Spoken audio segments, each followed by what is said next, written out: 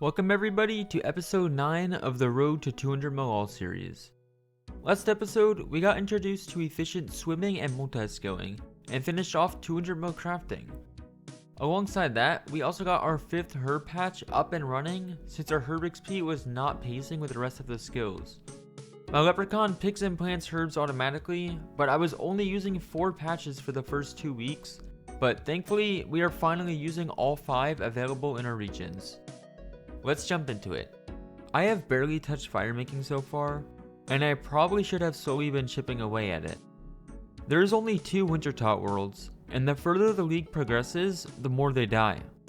I take occasional breaks to AFK here, however, if I am lucky and the time to hop between the worlds is perfect for HopTot, I will try to stay here a bit longer. In case you are unfamiliar with the method, HopTot is where you hop at Wintertot between games, and are still able to get 500 points for the rewards before the game ends. This is a very common and easy training method in the main game, and because there are 4 worlds and even a plugin to keep track of each world's percent, it's much easier. However, we're stuck with only 2 worlds and no plugin, so I just hop between the 2 and hope for the best. The reason for this is that you get a fat XP drop if you get over 500 points per game. So I just got 158,000 bonus Fir Making XP, and then ideally I hop to the other world and hope that it is 35% or higher, and that should be enough time for me to get another 500 points before it ends. The nice thing about Production Master here is that it will auto-fletch my entire inventory, making the ability to get to 500 points much quicker than the main game, where I'd usually have to be in the world with at least 58% health remaining. Here is 70 mil Fir Making,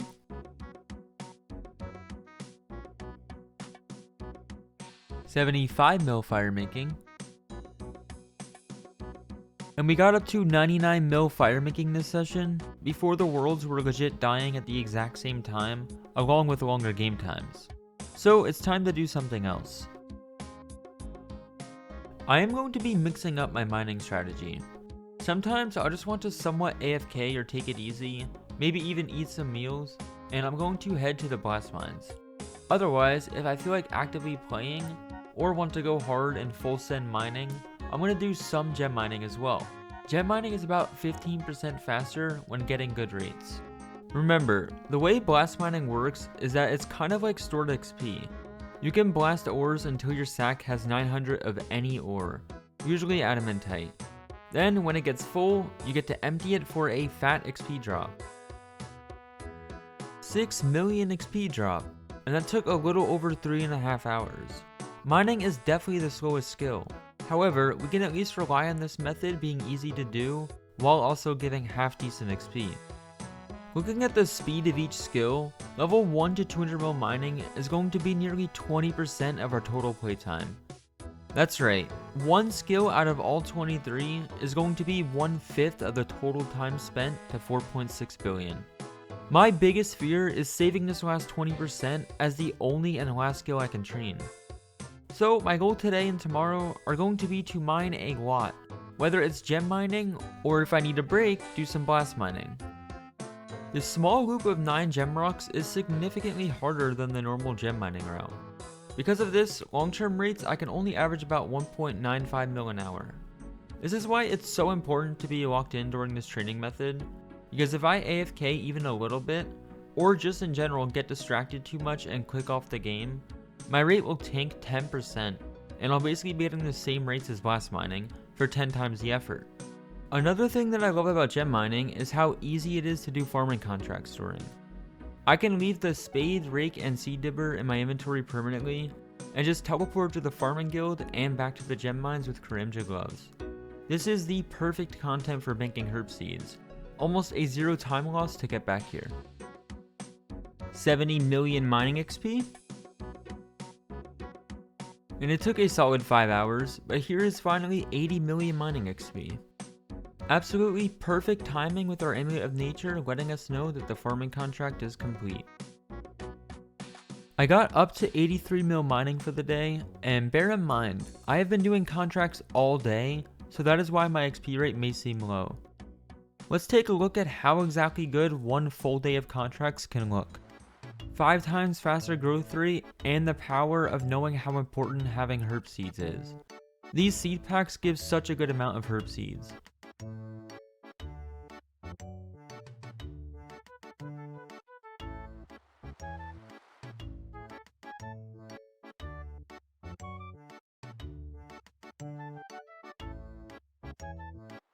Just one day of contracts got us 68 irid seeds, which is by far the most common seed from seed packs, alongside a total of 20 other useful herb seeds, and I now have 220 irid seeds in my leprechaun box.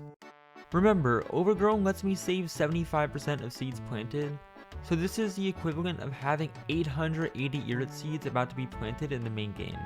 We are going to be rich in herbs soon. Before I went to bed for the night, I did a few hours of chilling and got enough ores for a full sack again at the blast mine. This put us at 90 million mining XP, almost the halfway mark of the longest skill in the game. Good morning everybody. I did a little gem mining session this morning and I managed to achieve 100 million mining experience. Being halfway, I am finally ready to do some skill hopping. I don't know if this is a great or bad day. I finally started 1.5 tick woodcutting. I saved the skill as long as I could, but it felt weird being 30 mil while everything else was 100 plus, so it's finally time to train.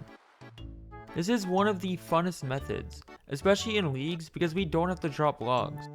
We just chop, chop, banknote, chop, chop. Wow, this guy has a max cape already. The reason I do not wear my max cape is because it acts as a woodcutting cape, which has a perk of 5% more bird nests. We do not want bird nests because they take the slot of getting a potential teak log and do not give XP. So woodcutting cape is quite literally less XP per hour for post 99 woodcutting. Here is 35 mil woodcutting, and wow, look at that rate. Almost 3.3 mil an hour. And I promise you, I have been staying on top of my contracts, so leaving and coming back is still a thing. Super random, but I just remembered that I have my kingdom up and running. The herbs from this aren't going to be much, but I'm hopeful I'll get at least 1 to 2 mil, making it less seeds required for the 200 mil herblore grind. It's somewhat important to keep favors close to 100% as possible, and I accidentally let it drop to 93%. So I AFK'd fish a bit with the harpoon to fix that. Speaking of fishing, I almost never talk about it, however, I finally have a reason. The Echo Harpoon has finally cooked me enough fish for me to say that I have achieved the maximum XP in cooking, 200 million.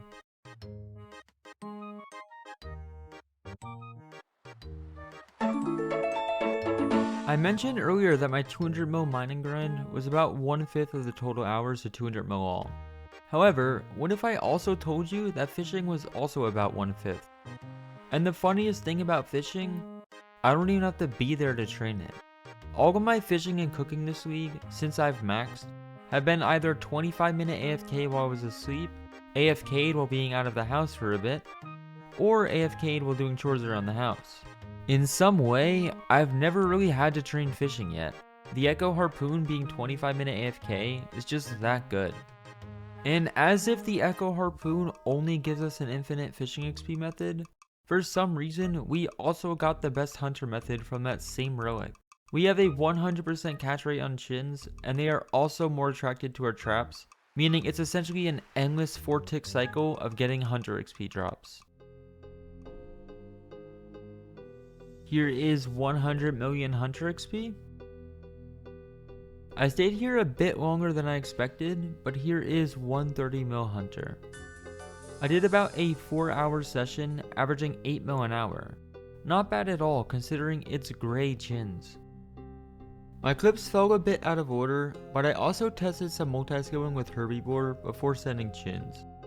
This was really good last year for the multi-skilling considering the banker's note. However, this year it was different.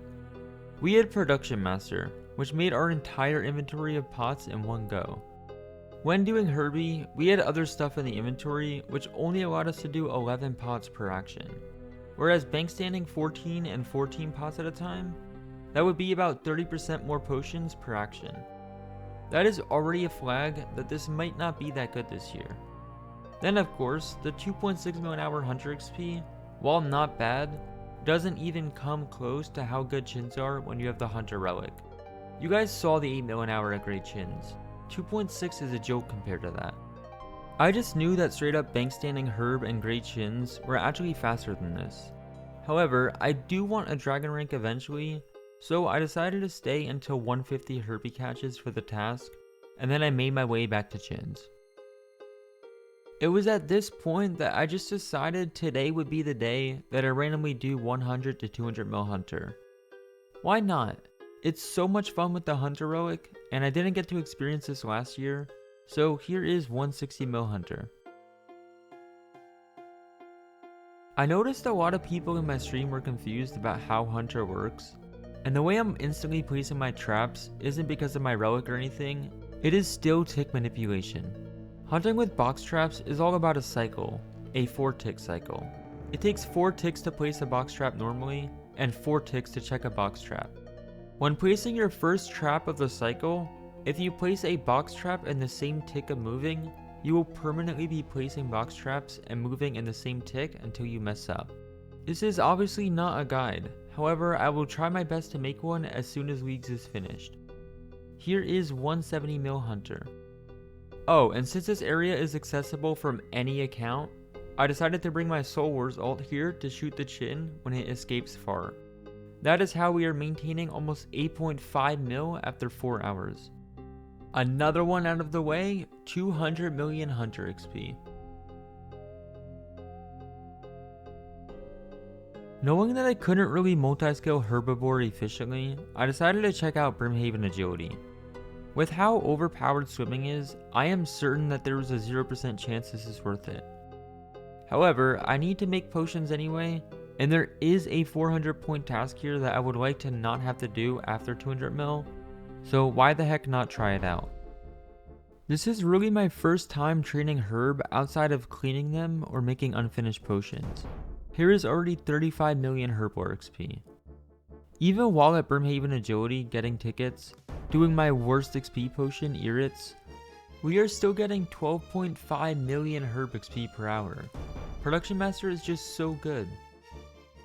I got enough tickets for the Pirate's Hook, bought it for 400 League points, and I was excited to turn in my other tickets for XP.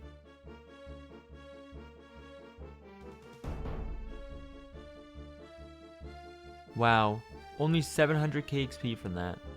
That was awful considering it took 90 minutes.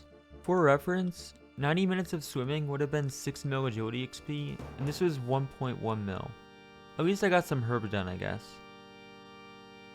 The last woodcutting league point task, 50 million woodcutting done. I warned you guys earlier, woodcutting is just too fun of a skill to train in leagues. There's something about the fact that it's woodcutting and still so fast that makes it so appealing. So naturally, I did 30 mil woodcutting XP today, and here of course is 100 mil woodcutting. I went a little farther than expected, and I ended up getting 111 mil woodcutting, which puts me a decent amount ahead of mining. So we might have to return to mining soon. This seems like a great point to end today's video, so let's do a recap. Unfortunately, just like the last episode, I did not hover over my stats at this point for some reason, so the clips being a few days behind, I'm just going to guess where I am on this day. I think we are just short of 4 billion XP, but we did a lot of herbivore prep today. Alongside that, we chipped away heavily at some gatherer skills, such as mining and woodcutting. The only skills I have left are agility, woodcutting, mining, fire making, prayer, and herbivore. I hope you all enjoyed today's video, and as always, don't forget to like and subscribe, and I will see you all next time. Peace out.